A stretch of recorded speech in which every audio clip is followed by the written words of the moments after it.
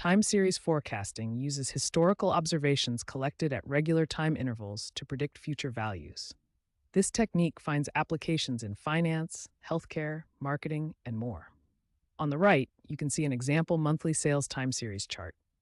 Causal inference leverages statistical frameworks to estimate what would have happened had an intervention not occurred, known as the counterfactual.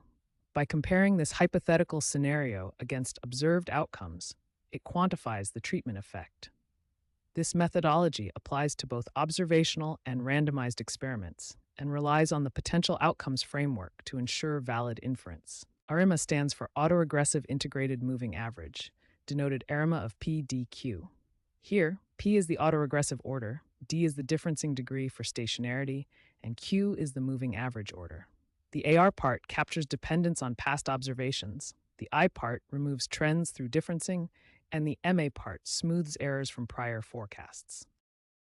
The autoregressive component models the current value as a linear combination of its past values and a random error. In an AR of order 1, the current observation depends on the immediately preceding value scaled by phi plus random noise. The integrated component, or I, means differencing. We subtract the previous observation from the current one to remove trends and seasonality, which helps achieve stationarity. If one difference is not enough, we can difference again. Second-order differencing subtracts the previous first difference from the current first difference.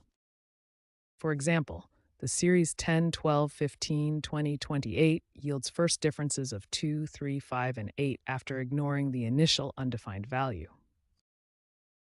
The moving average component models the current value as a function of past forecast errors. It captures serial correlation in the residuals by weighting previous errors. The parameter Q determines how many lagged errors are included. Here is the MAQ formula. XT equals mu plus the sum of Q lagged error terms each weighted by theta plus the current error. Mu represents the constant mean level around which the series fluctuates. The summation term accumulates the last Q error terms, each multiplied by its coefficient theta I, capturing how past shocks influence the current value.